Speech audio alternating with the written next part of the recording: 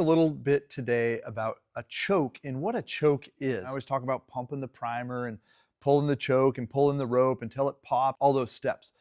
But choke, what is a choke? Come on in, let's take a quick look. I've opened up this little Honda engine so we can see. This is the air filter cover, and this little gray part right here, we're gonna call the choke lever. So as I lift this up, what it does is it closes off the intake to the carburetor.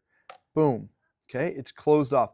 By doing that, it richens up the machine. It lessens the amount of air coming in through the carburetor and increases the amount of fuel. It creates a stronger vacuum, so it sucks the fuel out of the tank better. It is there to assist in how to start the machine. Should I always use the choke? No. You should only use the choke for a cold start. If you try to use it on a hot start, say here on my steel chainsaw, and I start it and I go and I cut for 20 or 30 minutes and I shut it off to move some logs and it's 10 or 15 minutes, should I choke it at that point? No. What can happen when I do that is called flooding it. What's flooding it? Flooding it is getting too much fuel into the carburetor and into the cylinder head, and it gets fuel buildup on the spark plug electrode and it can't fire. There's just not enough flame spark in that spark plug to overcome the amount of fuel.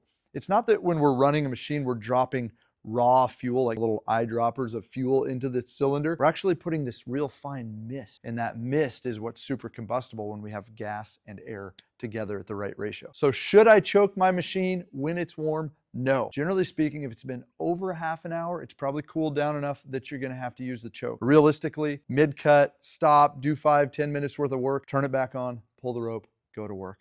I hope that clears up your choking issues. We'll see you soon at Carl's Mower and Saw.